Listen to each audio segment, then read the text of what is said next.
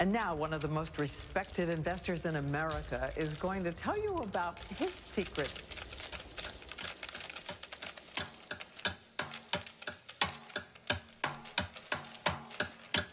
Warren Buffett. It's the sound of money. $9.2 Warren Buffett, the second richest man in America. He's estimated to be worth about $62 billion. It makes him the richest man in the world. You know, Buffett is not exactly what you might expect. Even though he's in the money business, he doesn't even own a calculator or a computer. He takes the long view, and it's made him billions, many billions. Maybe you can beat the House, but I don't think you can beat Warren Buffett.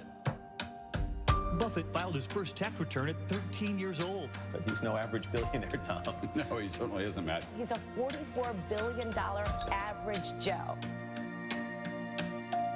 Warren Buffett has an approach that doesn't make him very popular with his fellow billionaires. Warren Buffett, the boy from Nebraska who grew up to become the Wizard of Omaha. What was it about him that allowed him to become the richest man in the world? How did he do it?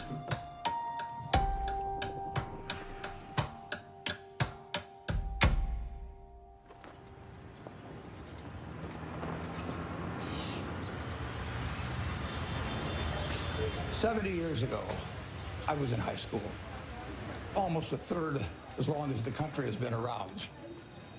And when I was in high school, I really only had two things on my mind: girls and cars. and I wasn't doing very well with girls, so we'll talk about cars. But let's just imagine that when we finish, I'm going to let each one of you pick out the car of your choice. Sounds good, doesn't it? Pick it out, any color, you name it. It'll be tied up with a bow, and it'll be at your house tomorrow. And you say, well, what's the catch? And the catch is that it's the only car you're going to get in your lifetime.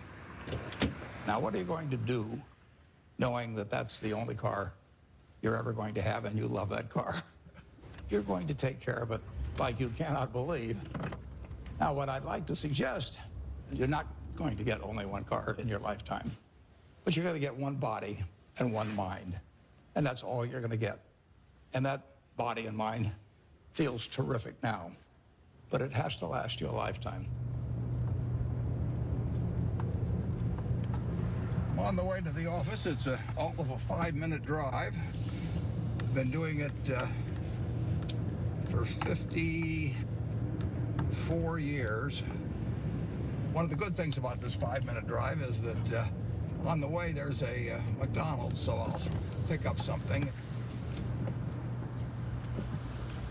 Good morning. Thank you for choosing McDonald's. Go ahead and order whenever you're ready. I'll have a sausage McMuffin with egg and cheese.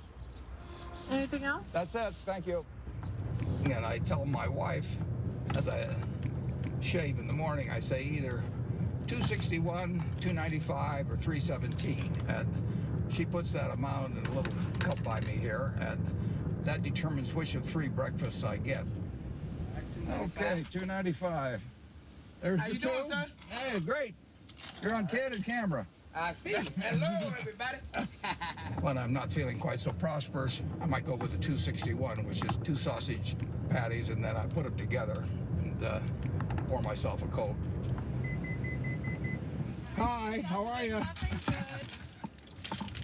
317 is a bacon, egg, and cheese biscuit, but the market's down this morning, so I think I'll pass up the 317 and go with the 295.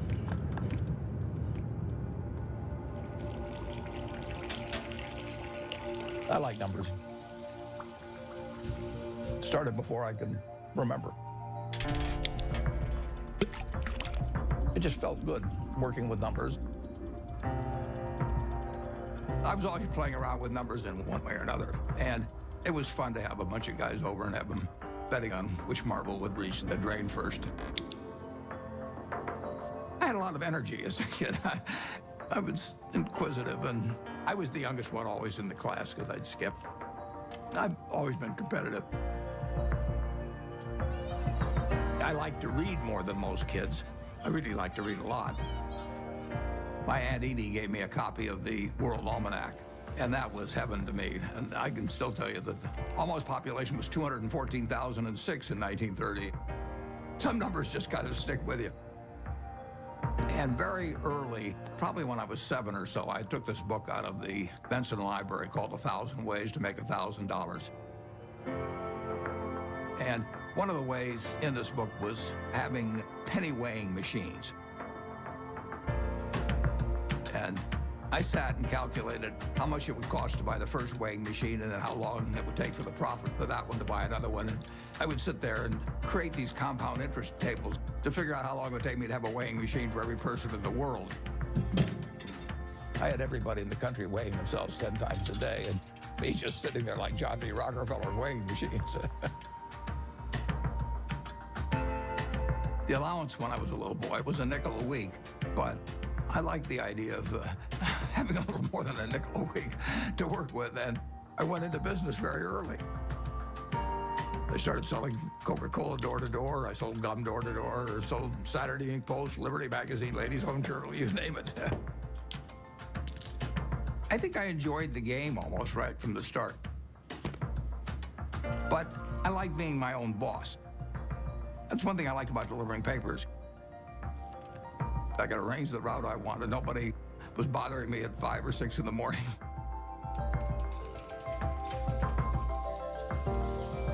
I was delivering 500 papers a day, and I made a penny a paper, but in terms of compounding, that penny turned into something else.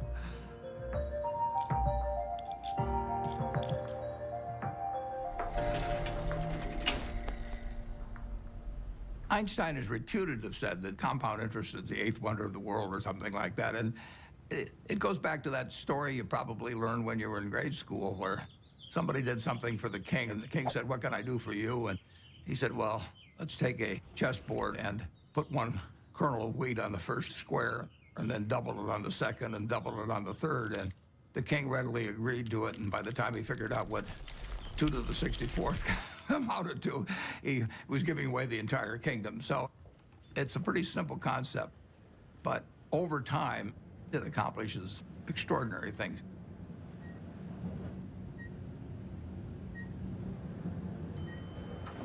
Berkshire is an amazing company. It's 4th largest company in the Fortune 500. He is the only person who has ever, from scratch, built a company that is in the top 10 of the Fortune 500.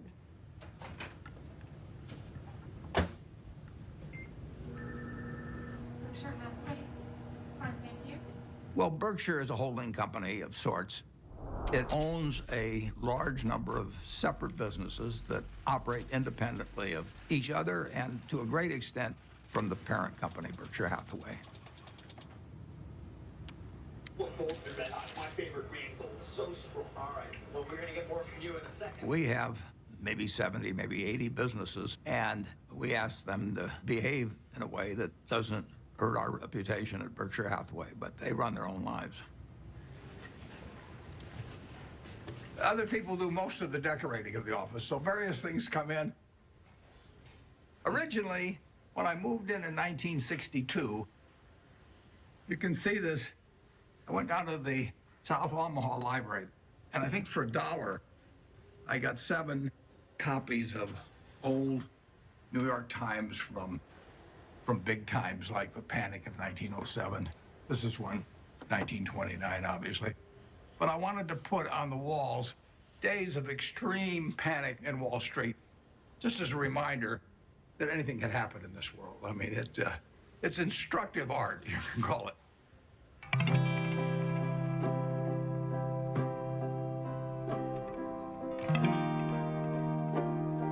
I was born in 1930 here in Omaha, Nebraska, during the stock market crash. Well, my dad lost his job in 1931, a year after I was born. He was a stock salesman, and he had what little savings he had in the bank, and so he started his own company. He worked right through the Depression.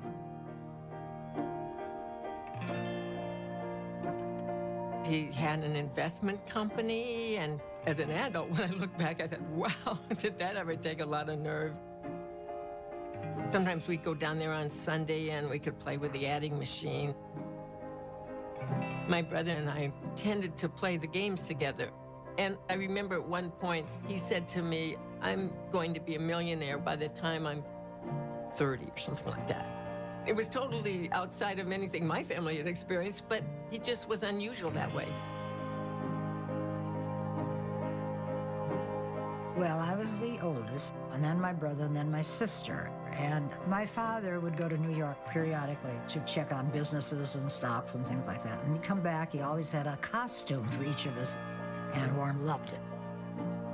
He was very good-natured. He was quiet. It was hard to tell he was a genius at that point. But, I mean, who was looking?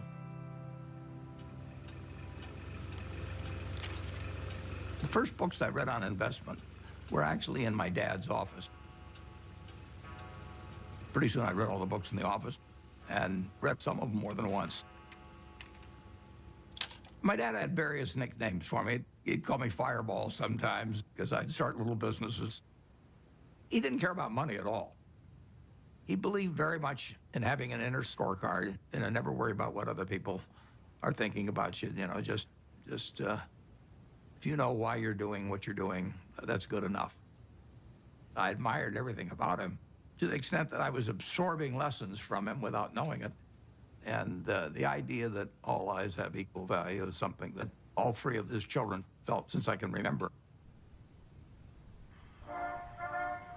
My dad, at one point, ran for Congress when I was 12 or so. It was a very Republican household. I campaigned for him, my sisters campaigned for him. The whole family did. My mother was very, very bright, and she was very gregarious. She was a good campaigner for my dad. She had a lot of ambition, and I think my brother Warren got a lot of his extreme competitiveness from my mother, actually. She was brilliant at math. You know, I guess they still had these things where you crank them and things added up, and she could add it in her head faster than the machine could do it. She was absolutely amazing in that. She was very dutiful about taking care of the kids, but you didn't get the same feeling of love. It was there, but it didn't come out the same way as with my dad. In the nation, the only permanent way to prosperity is a balanced budget. Unless that goal is achieved, all post-war plans will collapse like Hitler's conquest. You have heard Congressman Howard L. H. Buffett, Republican member of the House of Representatives from Nebraska, speaking When I was about 12 or 13, we moved to Washington, my family, and I was mad. I was having fun in Omaha. I lost all my friends, and now I moved to a town where they were all strange. So I was very, very unhappy. At school, I just lost interest. I took pleasure in tormenting my teachers. At that time, for example, AT&T was the stock that all teachers owned for their retirement. And I decided that it would drive my teachers a little crazy if I went short the stock, because when you go short a stock, you're betting that it will go down. So I shorted 10 shares of AT&T and then brought the confirmation to school and showed these teachers that I was shorting the stock. They found me a big pain in the neck, but they did think I knew a lot about stocks. And then at home, my mother would have terrific headaches. And you didn't want to be around her when she was having the headaches. And she would lash out more. She would never do it in public. Well, I think we were terrified of her. When I'd wake up in the morning, I'd listen to hear her voice. I could tell by her voice it was going to be a terrible day or not. When she got difficult, the three children felt it. When I was at the low point, I decided that I would run away. So I talked two other guys into running away with me. We went out and we started hitchhiking. And then we got picked up by the highway patrol, and that scared the hell out of us. It's very interesting. My dad never really gave me help about doing this. But he finally said, you know, he said, you can do better than this. And just saying that, I felt I was letting him down, basically. So in all ways, He was teaching me. He never taught by telling me things. He just taught by example. He had unlimited confidence in me, even when I screwed up. And that takes you a long, long way. The best gift I was ever given was to have the father that I had when I was born.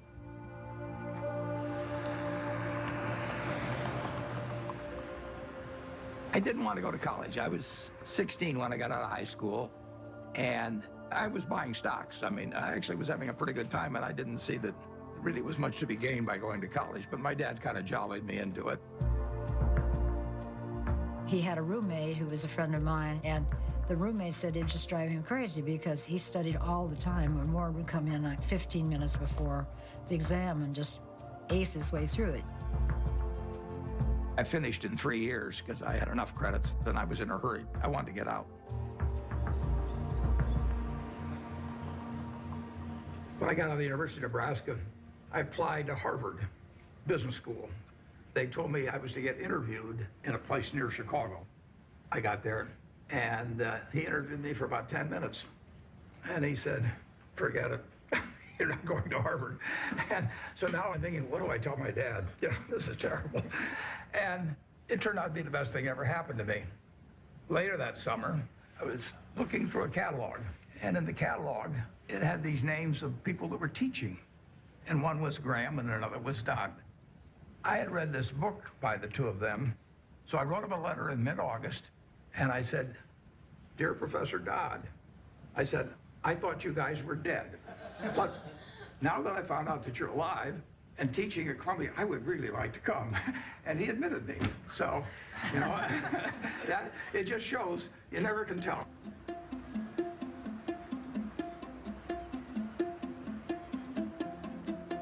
Gentlemen, that's Graham. Ben was this incredible teacher. I mean, he was a natural, and he drew us all in. Our Wall Street professionals are more accurate in the shorter term than the long-term forecast. Well, our studies indicate that you have your choice between tossing coins and taking the consensus of expert opinion. And the results are just about the same in each case. It was like learning baseball from a fellow who was batting 400. It really shaped my professional life. There are two rules of investing, according to Warren, and he learned this from Ben Graham. Rule number 1, never lose money. Rule number 2, never forget rule number 1. Ben Graham basically coined the term value investing. He believed in careful scrutiny of a company's financial statements, and that if you bought value, it would eventually prove out. A few years ago, I went to Amazon, and sure enough, they had this manual there. So while reliving my youth, other guys were going to Amazon probably and buying old Playboys or something, but I bought old Moody's manuals instead. And when I got out of school, I started selling stocks. I was 20 years old at the time and looked about 16 and acted about 12. So I was not the most impressive salesperson anybody ever met. But what I would do was I went through page by page looking for possibly undervalued stocks. Is this like going through an old family album? Better.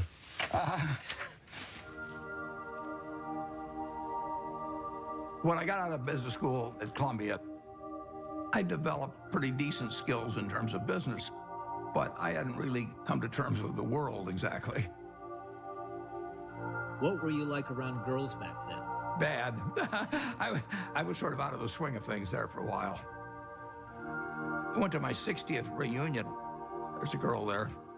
I took her out one time to the Uptown Theater in Washington, and I asked her whether she remembered what movie we saw, and she said, no, I don't remember that. And then she said, but I do remember one thing. And like an idiot, I said, what was that? And she said, well, you picked me up in a hearse. And it was true that I owned a half interest in a hearse when I was in high school, which was not the smoothest thing, or coolest, as I would say now, the thing that you could do on a date. There were two turning points in my life. Once when I came out of the womb, and once when I met Susie, basically. She was the girl, yeah. But it took her a little longer to figure out I was the boy. I was going to be his youngest sister's roommate at Northwestern. So I walked into their house, and he was sitting in this chair, and he made some sarcastic quip. So I made one back. I thought, who is this jerk? And that's how we met, yes. Listen, Warren is smarter than you even know. His brain is going all the time. And my dad said to me, now you have to understand about him. You're not going to have discussions with him like you would most normal people. But he has a heart of gold. He was just totally enamored of her, and why not? And she of him. She'd sit on his lap all the time, and he'd stroke her hair. It was softening him. Susie was really kind, considerate, and she was the balancing force. I just got very, very, very lucky. But I was a lopsided person, and it took a while, but she just stood there with a little watering can and just nourished me along and changed me. Somebody once said that the chains of habit are too light to be felt until they're too heavy to be broken.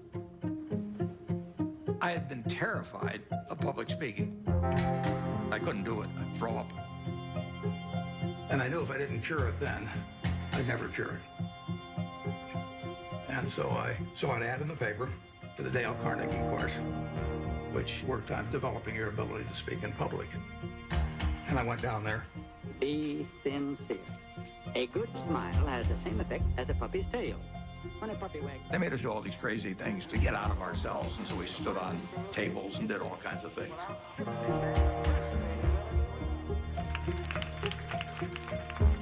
If I hadn't have done that, my whole life would have been different. So in my office, you will not see the degree I got from the University of Nebraska. You'll not see the master's degree I got from Columbia University, but you'll see the little award certificate I got from the Dale Carnegie course.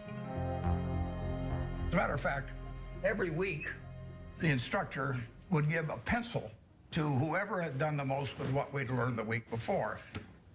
And so in the fourth or fifth week, I proposed to her mother, and she said yes. And so that week, I won the pencil, and I also got engaged. I mean, it was an incredible week. The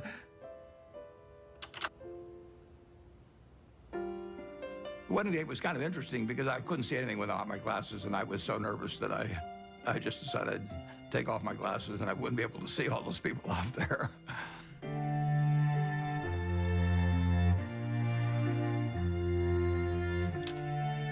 She was 19 when we got married, and I was 21. But she was so much more mature than I was, there's no comparison.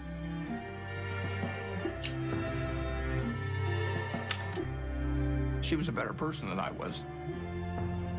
But when you get married, it's not a question of saying, I'm going to put a 14% factor in for humor and 17% for intellect and 22% for looks. It doesn't work that way. I knew it was the right decision, and it was.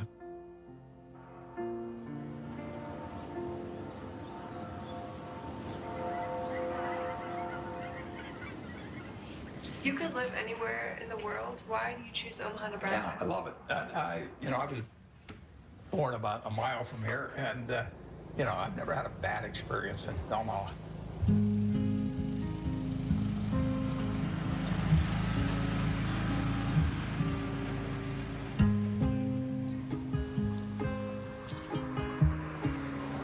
Omaha and Nebraska are home to me. Everything about it seems like home. It's a pace, it's relationships. There's a lot of continuity, there's a lot of community, there's a lot of friendship. It's a very solid place and friendly place in which to grow up and in which to conduct a business. When I came back to Omaha in early 1956, I had no idea what I was going to do. But a few months after I came back, some members of the family said, what should we do with our money? And I said, well, I'm not going back in the business of selling stocks, but if you would like to join me in a partnership, I said, I'll be glad to do it. So within a couple of months after coming back, I set up the first partnership.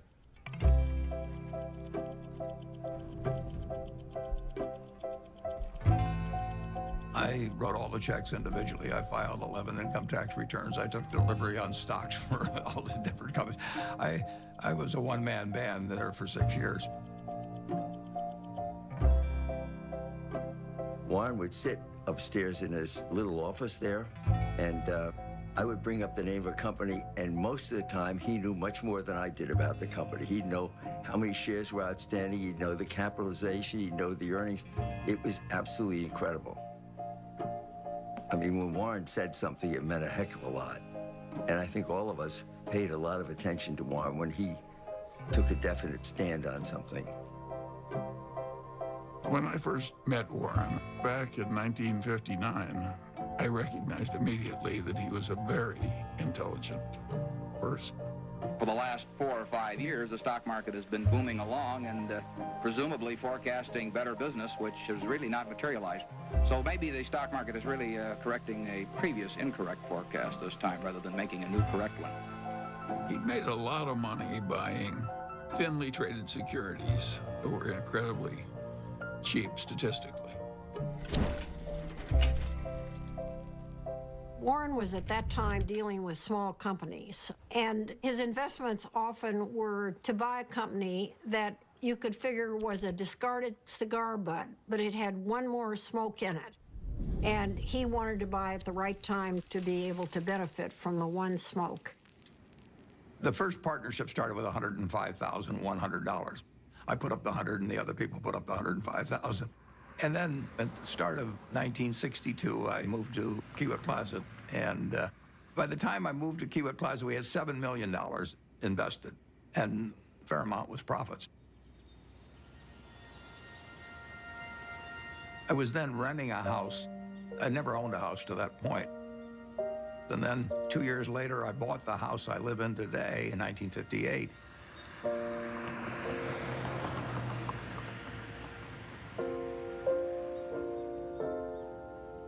We had 3 children, Susie and I. And we had them young, incidentally, which was, I think, a very good thing.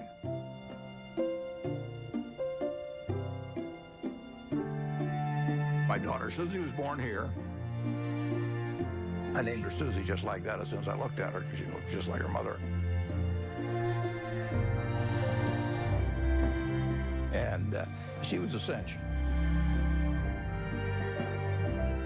And then Howie was, you know, this absolute bundle of energy, which made things very difficult for Big Susie for a while. Peter again reverted back to Susie's personality, and he was an easy child.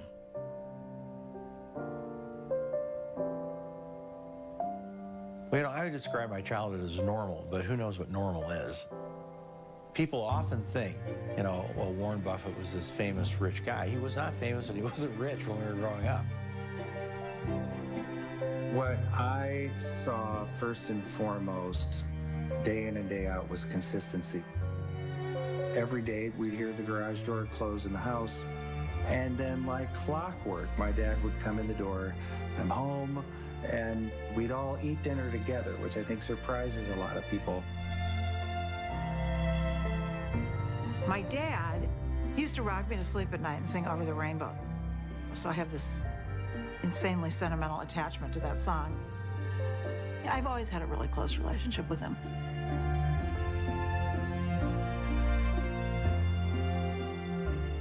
I've got 3 very different kids, and they've got a common heart, which they got from their mother. She did most of the work, by far, of bringing up the children, which was probably a good thing. They have more of her qualities than mine, which I would recommend. Well, my mom was the biggest part of my life growing up. Even though I got disciplined on a regular basis and she was usually the one doing it, she was still my best friend.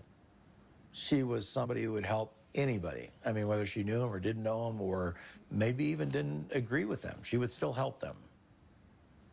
She was incredibly empathetic, and she was interested in every person individually. She never cared about money or business at all. I mean, he would go around saying, I'm going to be the richest man in the world. And I think, well, it's like somebody says I play music and I'm going to be Mozart. I don't know. How does anyone know? How does anyone know, you know? So that was okay. I don't really care about that. I would say that Susie led Warren toward changing his political views. He grew up as a young Republican. His father was a Republican congressman. But Susie saw things in different ways. She was the catalyst.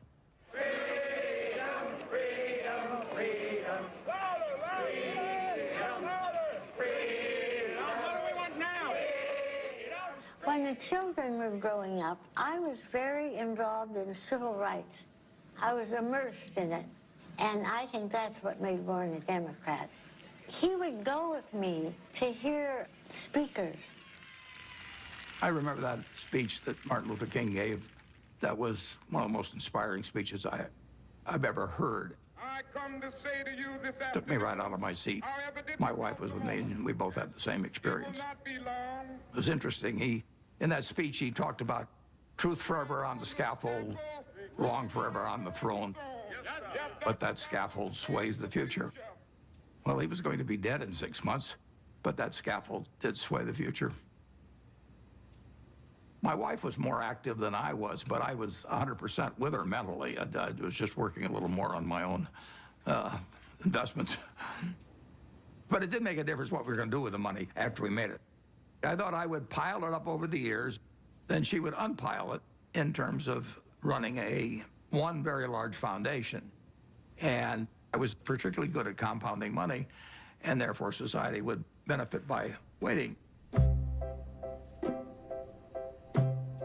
I was genetically blessed with a certain wiring that's very useful in a highly developed market system where there's lots of chips on the table, and I happen to be good at that game. Ted Williams wrote a book called The Science of Hitting, and in it he had a picture of himself at bat and the strike zone broken into, I think, 77 squares. And he said if he waited for the pitch that was really in his sweet spot, he would bat 400, and if he had to swing at something on the lower corner, he would probably bat 235. And in investing, I'm in a no-called strike business, which is the best business you can be in. I can look at 1,000 different companies, and I don't have to be right on every one of them or even 50 of them. So I can pick the ball I want to hit. And the trick in investing is just to sit there and watch pitch after pitch go by and wait for the one right in your sweet spot. And if people are yelling, swing you bum, ignore them. There's a temptation for people to act far too frequently in stocks simply because they're so liquid. Over the years, you develop a lot of filters. And I do know what I call my circle of competence. So I stay within that circle, and I don't worry about things that are outside that circle. Defining what your game is, where you're going to have an edge, is enormously important.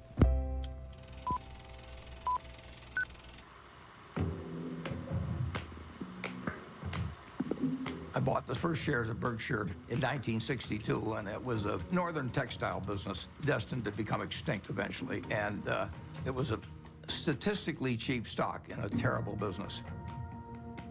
Berkshire Hathaway was closing mills, and as they closed mills, it would free up some capital, and then they would repurchase shares. So I bought some stock with the idea that there would be another tender offer at some point, and we would sell the stock at a modest profit. And at one point, the management asked me at what price we would tender our stock, and I said $11.50. And the tender offer came out a few months later, and it was at $11 3/8, which is 1/8 of a point cheaper. And that made me very mad, so I just started buying more stock. I just felt that I'd been double-crossed by the management, and in May of 1965, I bought enough so we controlled the company, and we changed the management.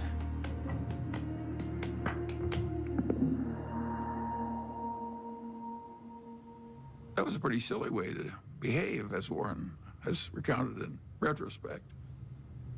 One of the reasons Warren's successful is he's brutal in appraising his own past. He wants to identify misthinkings and avoid them in the future. But it was an accident that he chose Berkshire Hathaway. If the chairman hadn't tried to cheat him out of an eighth, there wouldn't have been any Buffett-Berkshire Hathaway history. If you're emotional about investment, you're not going to do well. You may have all these feelings about the stock. The stock has no feelings about you. Looking back, it's interesting, that tender offer, I didn't realize it, but it happened about 5 days after my dad had died. And whether that had affected me or not, I don't know. Do you remember your last conversation with your father? Yeah, but I don't want to talk about it.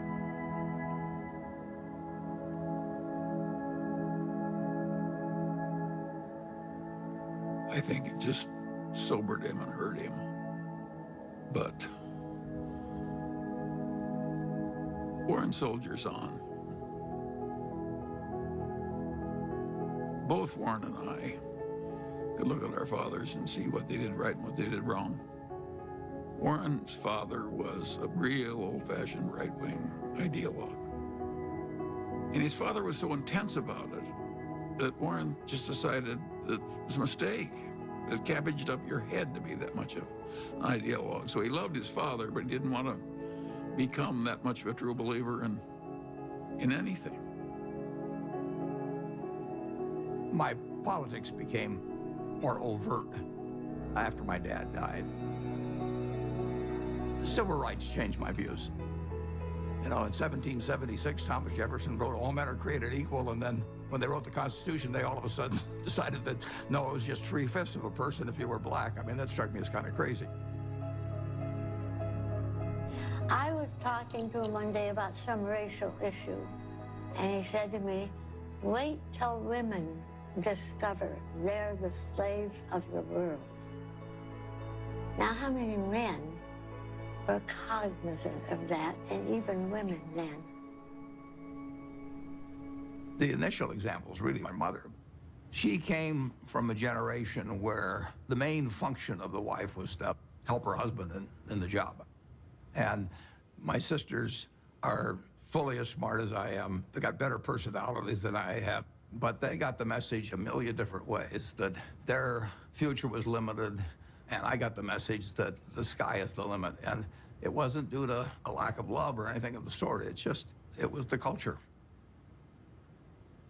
On the other hand, you can look at the flip side of that and say it's quite encouraging, because if you look at what this country accomplished, only using half of its talent, you know, just think of the potential for the future. I'm enormously bullish on America over the future, and part of the reason is that we, by some rather stupid decisions, essentially put half our talent on the sidelines.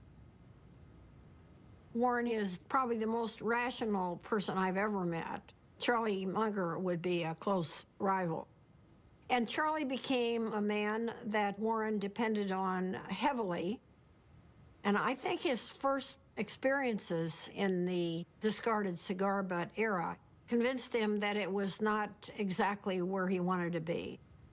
He'd made so much money for so long doing what he'd been taught by Ben Graham, which is to buy these very cheap stocks. And if they were cheap enough, he didn't care if it was a lousy company and a lousy management. He knew he was going to make money anyway just because of the cheapness. Charlie Munger has had a big impact on me in moving me toward looking for wonderful companies at fair prices rather than fair companies at wonderful prices. And that was enormously important because it enabled Berkshire to scale up in a way that would have been impossible to do otherwise. Yep. What are the key indicators you look for within companies before making an investment? Well, I look for something that does give them a moat around it. We have a company called See's Candy out on the West Coast. See's Candy is boxed chocolates.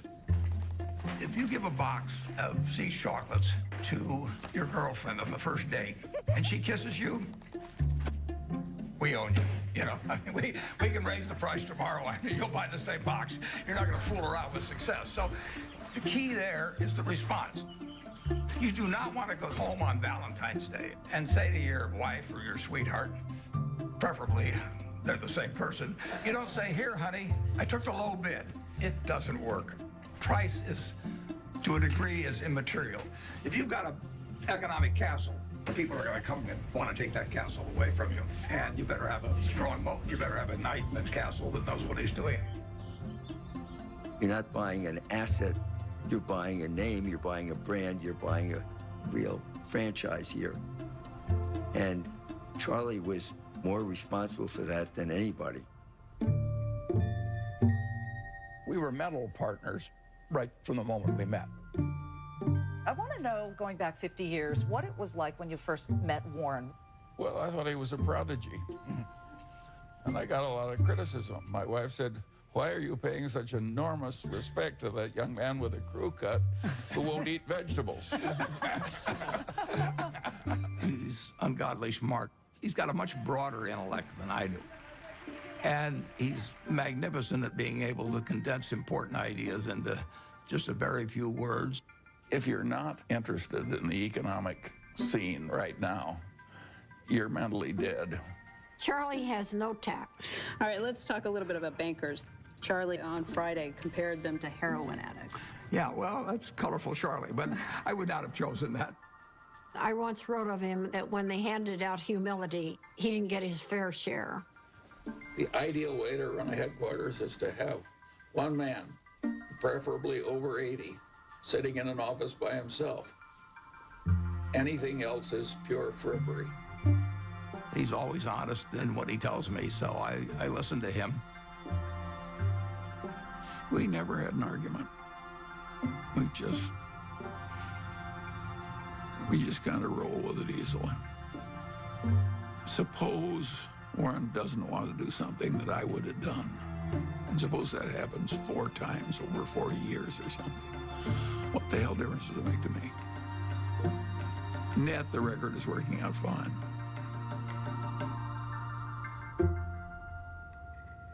Both of us know that we've done better by having ethics. Warren's not interested in making money by cheating people. Warren's opinions of Wall Street investment bankers would not endear him to their mothers. He feels that they're, for the most part, not out for their clients. They're out for their own business interests. In the late 1960s, there were just a flood of accounting shenanigans and mergers built upon false accounting and misleading people.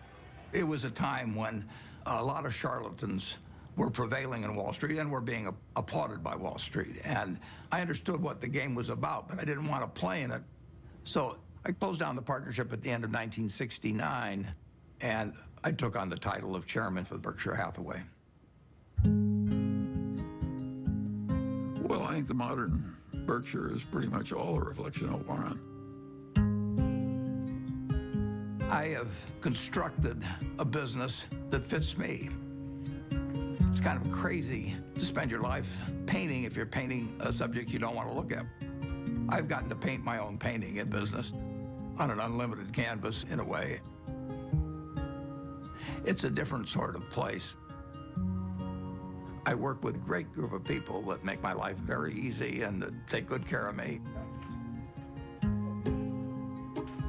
We have 25 people in the office, and if you go back, it's the exact same 25, the exact same ones.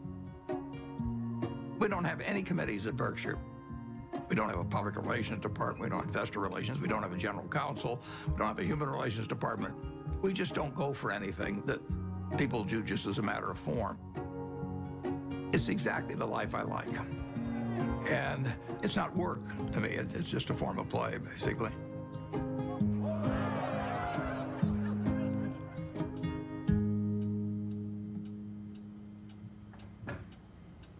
Well, I like things quiet. I shut the door, actually, at the office because I don't want to hear anybody talking outside. And I still probably spend 5 or 6 hours a day reading. Look at what's trending today. Our quick roundup of what has you talking. Well, what's amazing is the stuff he remembers. It's like a little computer, you know. I keep thinking the hard drive will run out of space, but it doesn't. He's one of the smartest people we know. So I was at a couple of the family dinners at the Gates house where Mary, Bill's mom, was trying to convince him to come out to the family place at Hood Canal to meet Warren Buffett. And he was resisting because he was really busy with Microsoft. And finally he said, Mom, okay, I'll come for lunch. So the two of us flew out there somewhat reluctantly because, you know, buying and selling stocks, which is how I thought of Warren, wasn't of particular interest to me and didn't seem like value added. It turned out that was completely wrong. We knew that day that we'd be very close friends. In fact, we just couldn't get enough of each other. Shortly after I met Bill Gates, Bill's dad asked each of us to write down on a piece of paper one word that would best describe what had helped us the most. Bill and I, without any collaboration at all, each wrote the word focus. Well, focus has always been a strong part of my personality. If I get interested in something, I get really interested. If I get interested in a new subject, I want to read about it, I want to talk about it, and I want to meet people that are involved in it. We both love to work hard. You know, neither of us like frivolous things. You know, he doesn't know much about cooking or art or a huge range of things. I can't tell you the color of the walls in my bedroom or my living room. I don't have a mind that relates to the physical universe well. Warren checking the Dow. But the business universe, I think I understand reasonably well. Warren's ability to size up people and businesses, it's a pretty magical thing. He is the best at that of anybody we know. We should all try to be 20% as good at that. I like to sit and think. And I spent a lot of time doing that. And sometimes it's pretty unproductive, but I find it enjoyable to think about, particularly about business or investment problems. They're easy. It's the human problems that are the tough ones. Sometimes there aren't any good answers with human problems. There's almost always a good answer with money.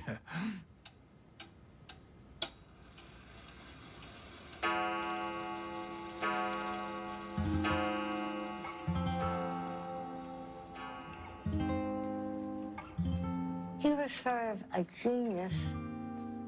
I think sometimes geniuses are by default lonely and isolated. He was not really well adjusted. He was just this funny, humorous guy who maybe had a moat around him because he was afraid and he didn't know anyone that he wanted to let in. And to this day, I don't know, well, nobody knows him like I do, and probably any wife would say that. But,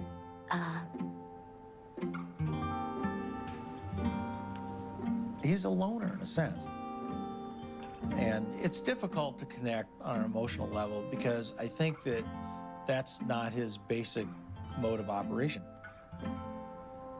He was there, physically, but he was upstairs reading all the time.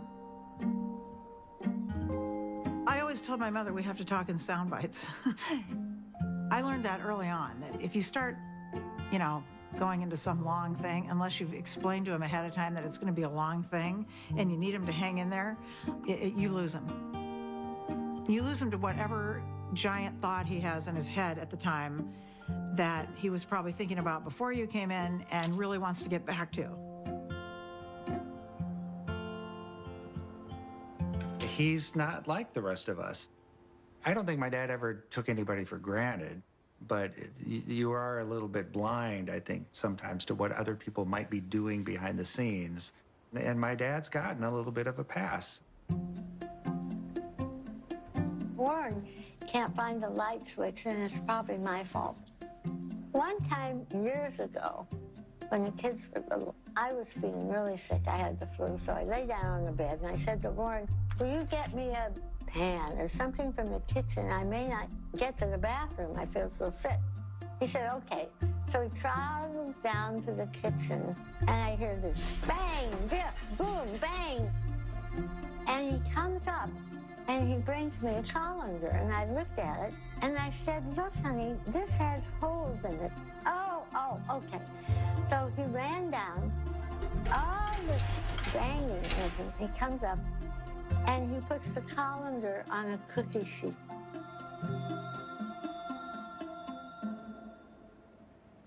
Physical proximity to Warren doesn't always mean that he's there with you. He's so cerebral, you see. And that's why I learned to have my own life. We were two parallel lines, but very connected when he was open to connecting. I did make a joke at one point. I said, you know, we could make a tape of Mom yelling, you know, bye, Warren, I'll be back later, and then have the door slam, and you would just think she was here. I don't think he knew what she was doing most of the time.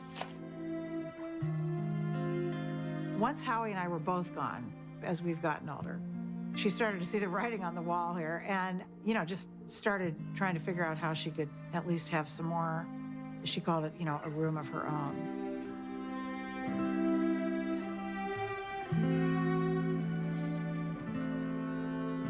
The worst mistakes involve not understanding other people as well as you might.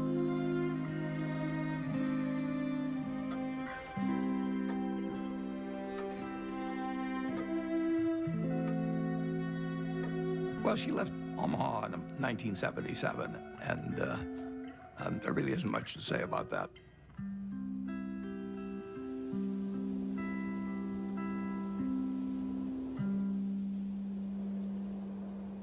It was devastating for him.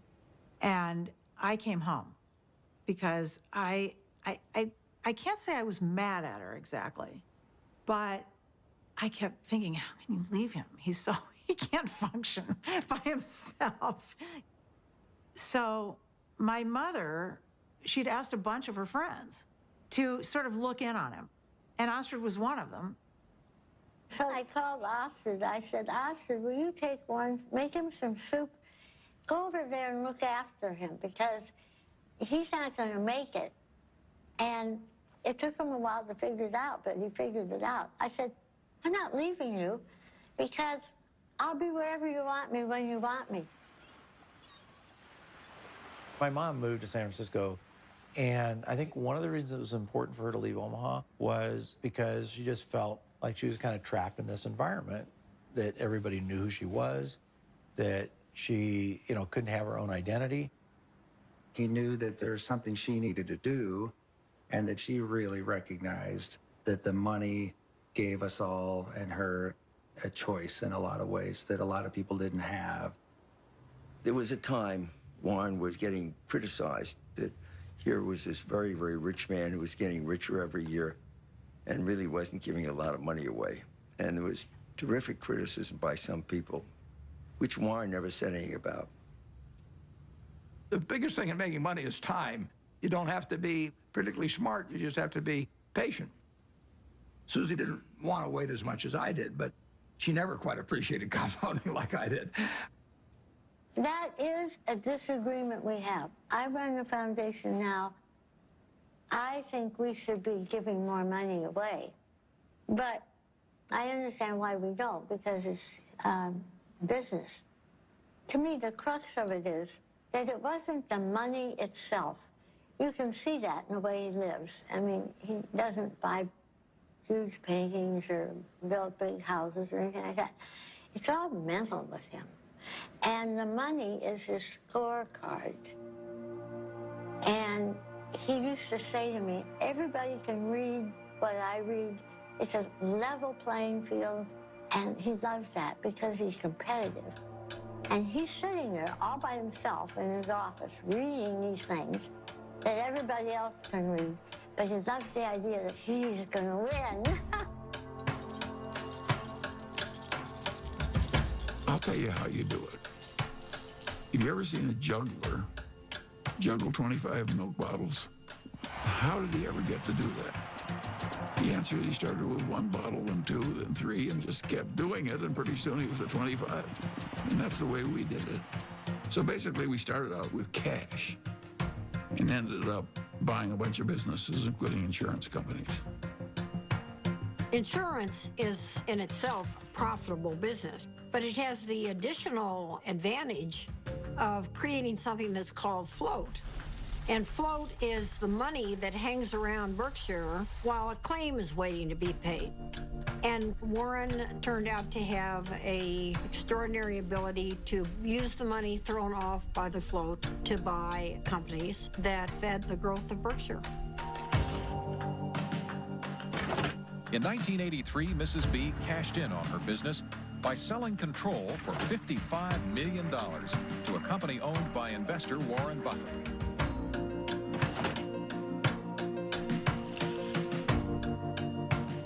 Warren was quite an expert about newspapers. He got interested in the Post because he recognized it as a greatly undervalued company. He had to write me a letter, "Dear Mrs. Graham, I've just bought 5% of your company, and I mean you no harm.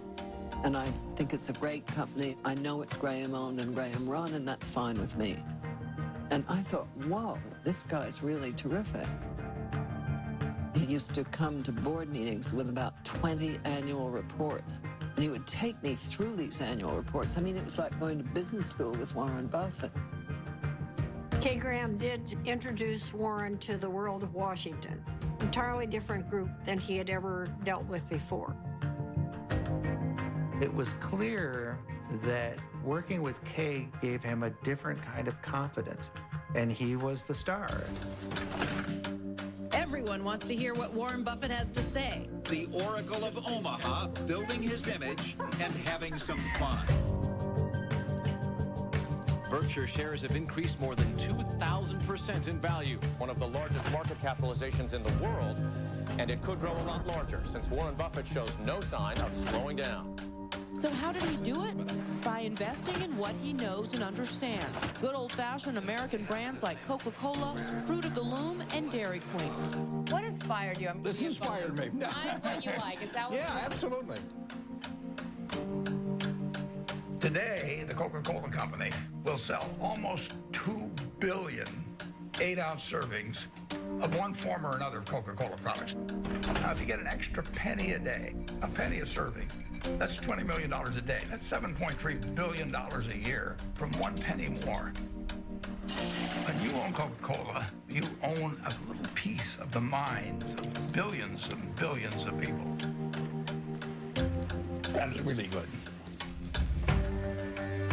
Who's got the most $100 bills these days? Well, his name is Warren Buffett in this country, and he has just displaced his friend Bill Gates as the richest businessman in the world.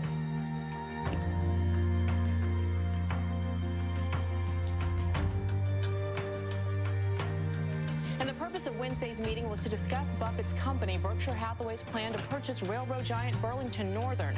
Valued at $26 billion, this would be Buffett's largest acquisition ever. He's created Berkshire from virtually nothing into hundreds of billions of dollars of market cap. Nobody else has a record like that. He wanted to have an outstanding reputation, that he never really upset the apple cart when he bought a business, that he kept the management in place. He was establishing a reputation that paid off later in life. It's been building and building ever since I've known him. It takes 20 years to build a reputation, and it takes 5 minutes to lose it. When Warren made his investment in Solomon, I was one of the people, along with many, many others, who were quite amazed, because he had taken a very critical tone in talking about investment bankers and about their greed. And here he was investing in one, Solomon Brothers, that was known to be a member of the club. Warren and Charlie went on the board, and Charlie couldn't stand what was going on there and didn't like the culture at all. And shortly after they got involved, the thing exploded.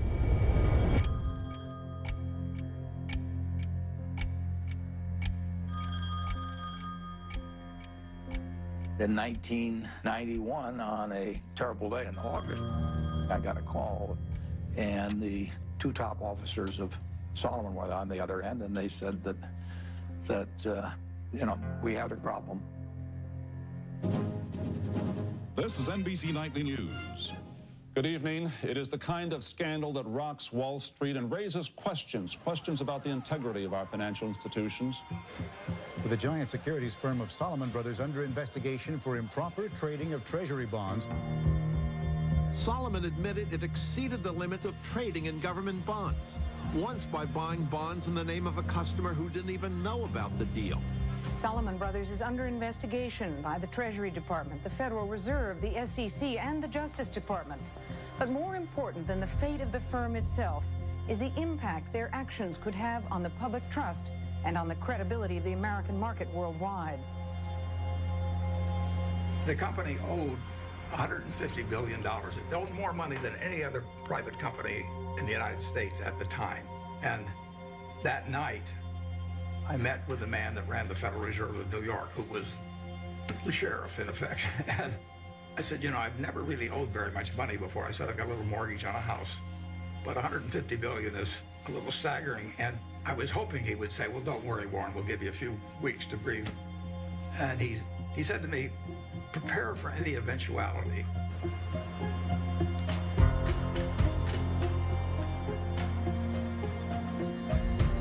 Earlier today, the U.S. Treasury Department announced that it had suspended Solomon Brothers from participating in the auction of new issues. It was one more jolt for a scandal-scarred Wall Street.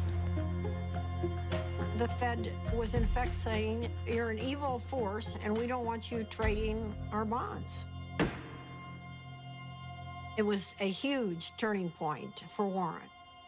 And he believed that at that particular point, his reputation was on the line. Warren had 24 hours to make up his mind as whether he was going to go forward or just bow out. And I think at that point, Solomon Brothers could have gone into bankruptcy. And Warren stepped up and took responsibility. Okay, I'm Warren Buffett. I was elected interim chairman of Solomon Inc. A few hours ago at a board of directors meeting. Why was it necessary for you to step in, and what is your mandate of leadership? I think that it was necessary to step in because I would do whatever was needed to dig out any bit of information about what's happened in the past, and I would do everything I could to make sure that things are exactly right in the future. Buffett, are you satisfied that your work? I had to convince the Treasury that what was done in the past was awful and stupid, and they had every right to be furious at us. But this firm employed 8,000 people, and it was going to go out of business unless they let us continue, basically.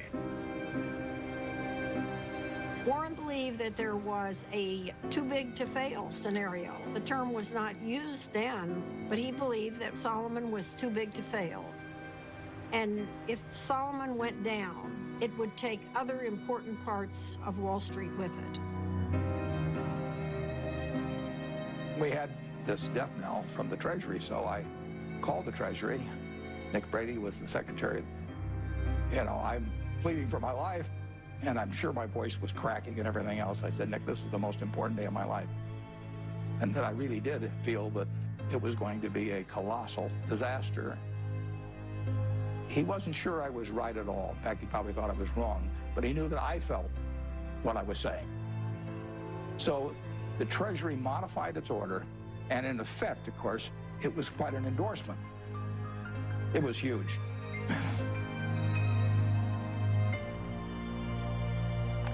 It saved Solomon. Nick Brady went with Warren because he trusted him. It shows how having a good reputation is really helpful in life. I thank you for the opportunity to appear before this subcommittee. I would like to start by apologizing for the acts that have brought us here. The nation has a right to expect its rules and laws to be obeyed.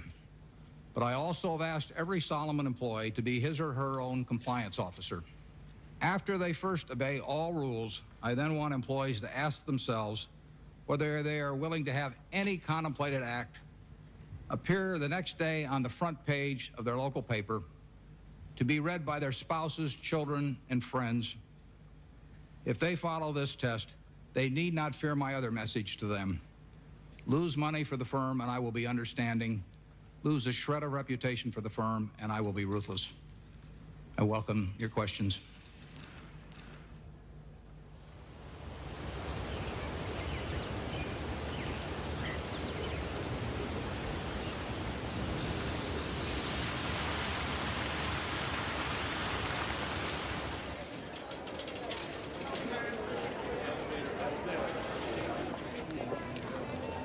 It's been 50 years since I formally took control of Berkshire Hathaway, and step by step, we've created something that is kind of what I dreamt we might create over time, but it took a lot of time to do it. It never seemed like we were making that much progress on any one day, but compound interest works.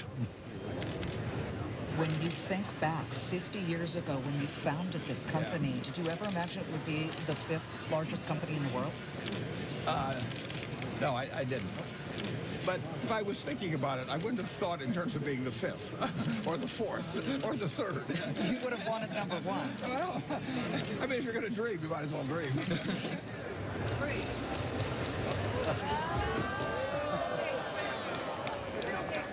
Well, a Berkshire Hathaway shareholders meeting is partly a fun festival. It's sort of a Mardi Gras for people that come every year.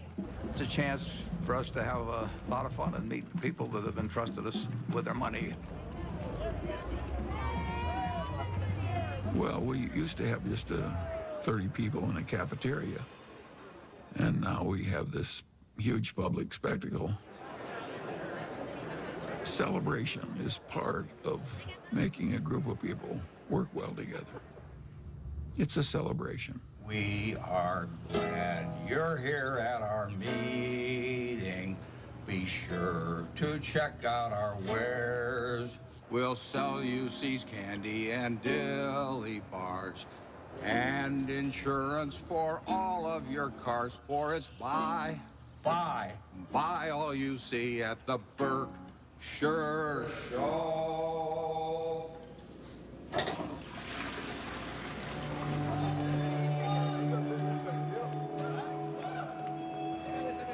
He truly loves to do what he does. I think investors who own Berkshire Hathaway, they see themselves as a part of a community.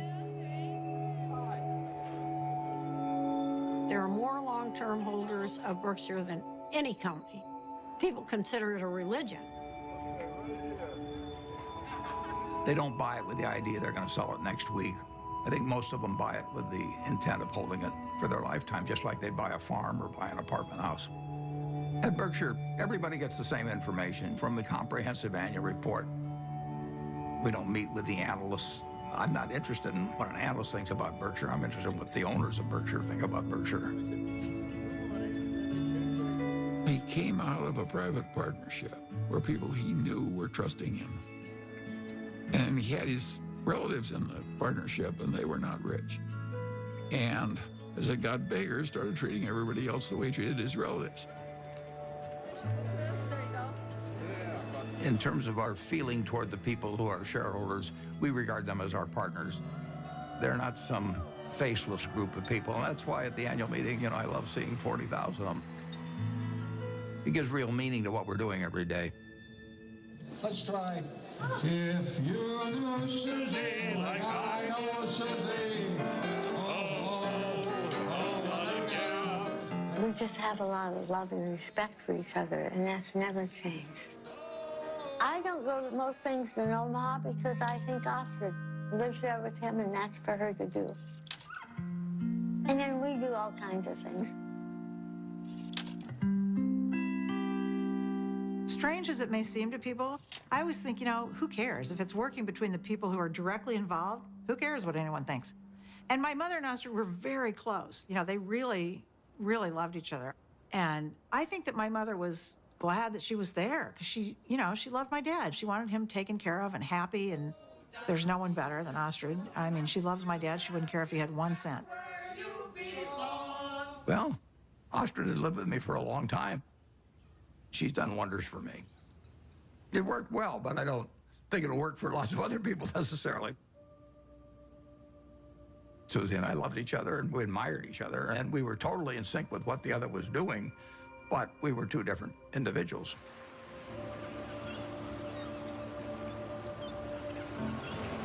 The first time Warren came out to San Francisco, we took a walk and he looked around, and he's not very visual. He was looking around and he said, this is your city.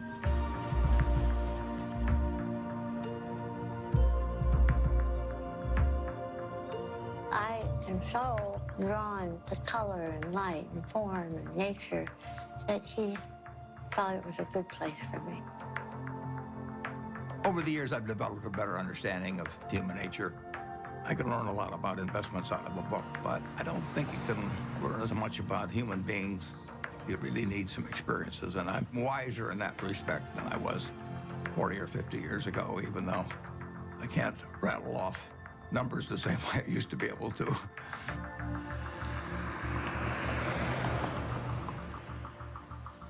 Well, I think that what we do reflects who we are. That's true for everybody in this room. And if you do the work I do, you meet the best human beings in the world. People who've made a choice not to make money, but to serve other human beings. I think it's the best kind of life anyone could have. I was with her in Arizona at this Fortune Most Powerful Women's Conference, and she told me that she'd had a biopsy the day before, and I didn't really think much of it. Then we got home, and the biopsy results were not good. It was stage 4 oral cancer. I was on my way to a board meeting in India, and I remember saying to her, I'll see you when I get back. And she rarely cried, and she just started crying. I said, no, you need to stay here, and you need to come out for the operation. So we were all there, and the day she was going into the surgery that morning, my dad, it's funny, there's some of it he just can't, he just can't. The thought of something happening to her was just, for him, it was just the worst thing that could happen. She knew it was going to be really difficult. She knew the recovery was going to be brutal.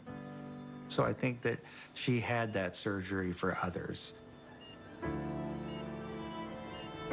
It was quite a big surgery. She couldn't talk, she couldn't swallow, she couldn't eat.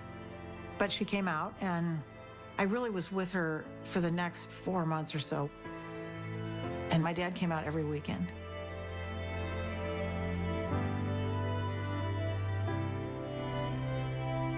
And in a few months, she was doing better.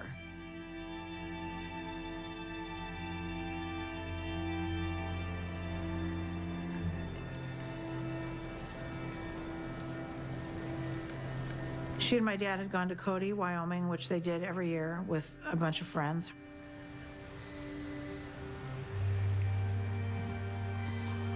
And my dad called, this was, 8 o'clock at night or something. And he said, something happened to Mom. I'm in an ambulance. You need to come. I actually thought something happened to my dad. I don't know why I thought that, but I guess I thought, my mom had this recovery, it was successful, and why would anything happen to her?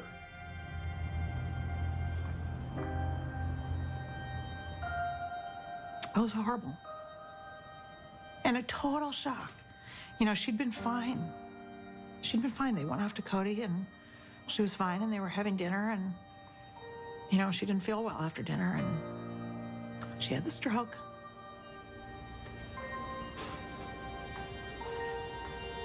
We went into the hospital room, and my dad was sitting there. He'd been sitting there all night, holding her hand. I was so proud of him, because when it came down to it, he knew what he was supposed to do, and he did it, which was nothing. So my dad went to sleep, and I sat with her, and I just kept putting my hand on her heart to see if she was breathing. And at one point, I didn't feel anything. So I went out and I got the nurse. And I said, can you come in here? And she said, no, she's gone. So I have to say one of the worst moments of my life was waking my dad up to tell him that.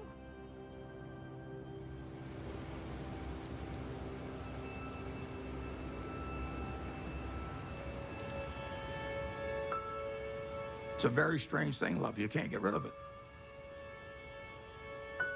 If you try to give it out, you get more back. If you try to hang on to it, you lose it.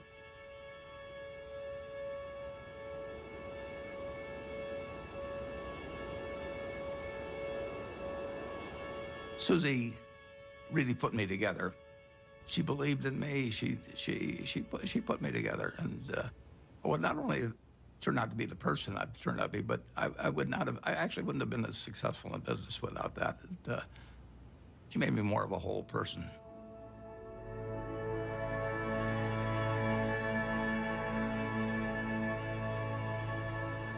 He went dark, essentially quiet and inward for a certain amount of time. You know, my dad is a solitary guy, and he had lived essentially a solitary life in a lot of ways. I think it came down to him figuring out how he was going to get through this tunnel and get out the other side.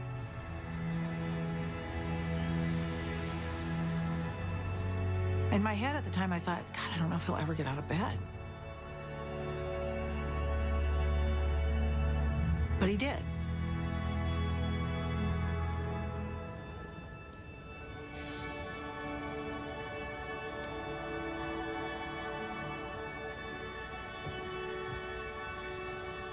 Welcome. I'm Patty Stonecipher, the CEO of the Bill and Melinda Gates Foundation. And we appreciate you coming today, especially since I sent a very vague and very late notice to ask you to come to a conversation with Bill and Melinda on the future of philanthropy. So let's get on with it. I have the pleasure of introducing a good man whose great decision is going to change the world, Warren Buffett.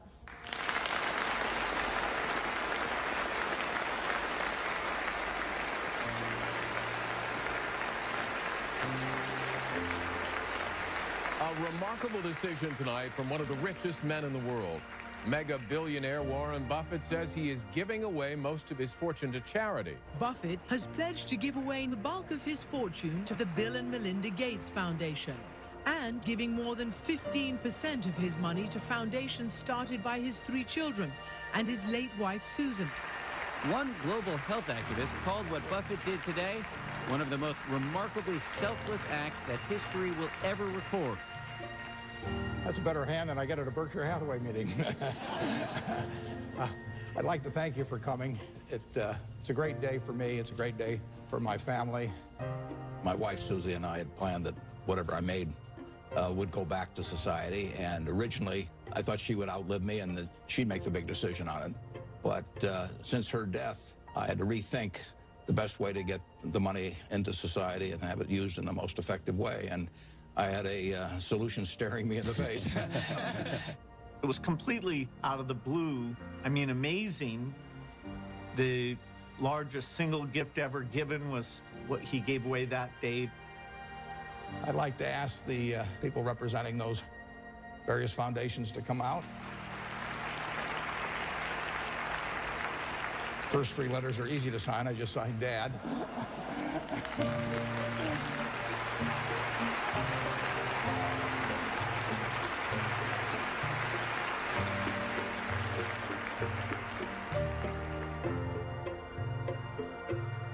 When he wrote the letter to us, he put something in that letter that was incredibly important to me, which was exactly how our foundation behaves, which is if you're going to try to bat 1,000, you won't do very many things that are important. But if you're willing to basically strike out a few times, you can really change something big. ICCN! Well, I feel terrific about the fact that my 3 children each run a separate foundation that combines their special interests, whether it's early education or whether it's farming in areas where people's techniques for using small plots of land could use a lot of improvement. All kinds of ways, vaccines, you name it. More powerful than Buffett's gift is the message he's sending to other wealthy Americans, that those who have the least in this world should benefit from those who have the most.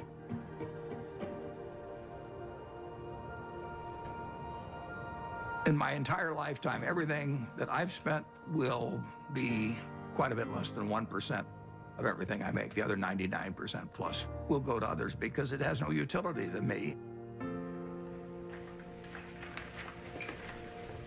So it's silly for me to not transfer that utility to people who can use it. It's doing me no good.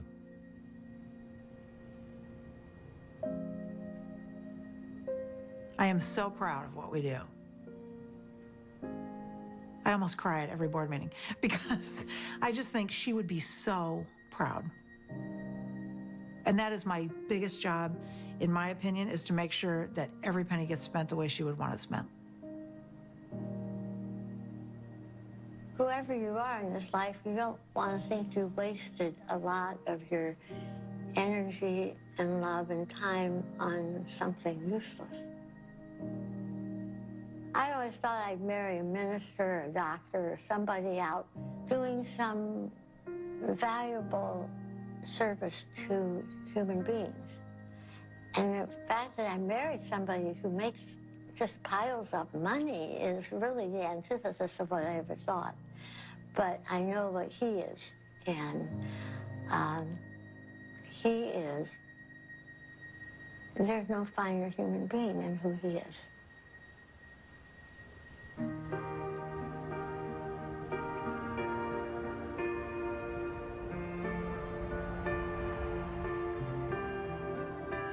The truth is that I'm here in my position as a matter of luck. When I was born in 1930, the odds were probably 40-1 against me being born in the United States. I did win the ovarian lottery on that first day, and on top of that, I was male. Put that down as another 50-50 shot, and now the odds are 80-1 against being born a male in the United States. And it was enormously important in my whole life. To think that that makes me superior to anyone else as a human being is just, I can't follow that line of reasoning. Terrific. Okay, good luck. I think I was lucky to have been standing alongside Warren Buffett while he was becoming Warren Buffett. He has developed over the years. He's broadened. His values extend through all of his life. He wants to lead a life that he and his father, if his father was still living, would say was a good one. I think he's going to end up in the history books 100 years from now. I'm not sure what role he's going to be assigned. Will he be famous for what he did as an investor or as a philanthropist? But Warren said that his ambition in life is to be a teacher. The world is a great movie to watch, but you don't want to sleepwalk through life. The important thing to do is to look for the job you would take if you didn't need a job. And life is wonderful then. I mean, you know, you jump out of bed in the morning because you're really looking forward to the day. I have, for over 60 years, been able to tap dance to work just because I'm doing what I love doing. And I just feel very, very lucky. Okay, class dismissed.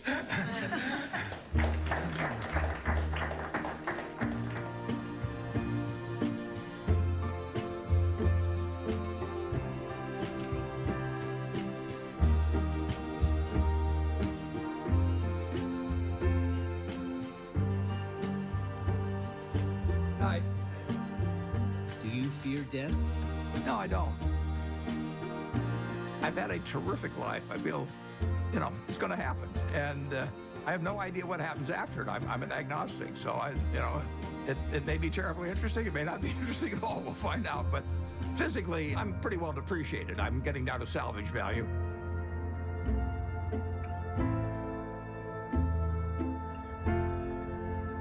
But it really doesn't make any difference at all. It doesn't interfere with my work. It doesn't interfere with my happiness. It doesn't interfere with my thinking.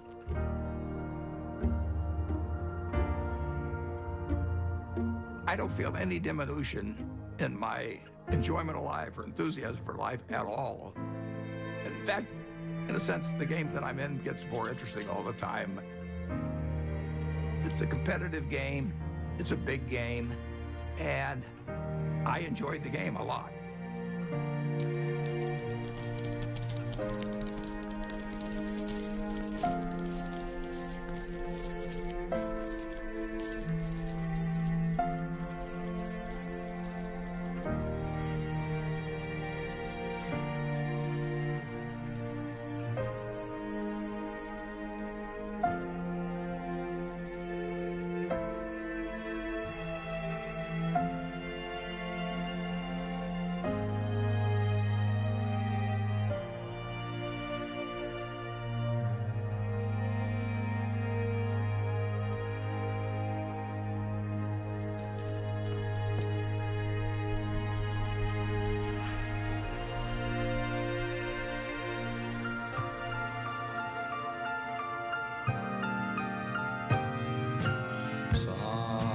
Somewhere over the rainbow, way up high, there's a land that I heard of once in a lullaby.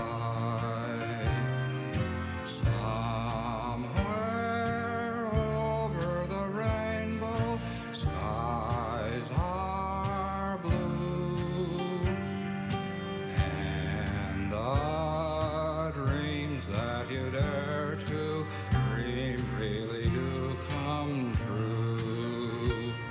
Someday I'll wish upon a star and wake up where the clouds are far behind me,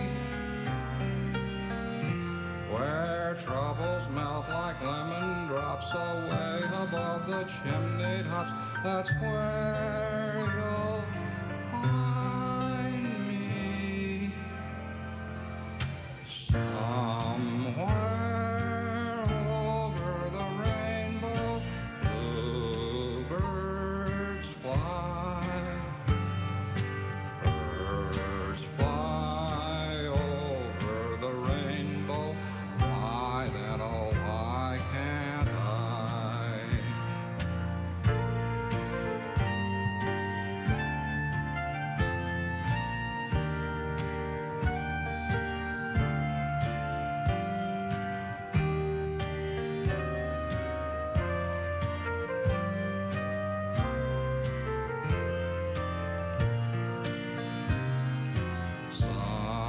Somewhere over the rainbow, bluebirds fly.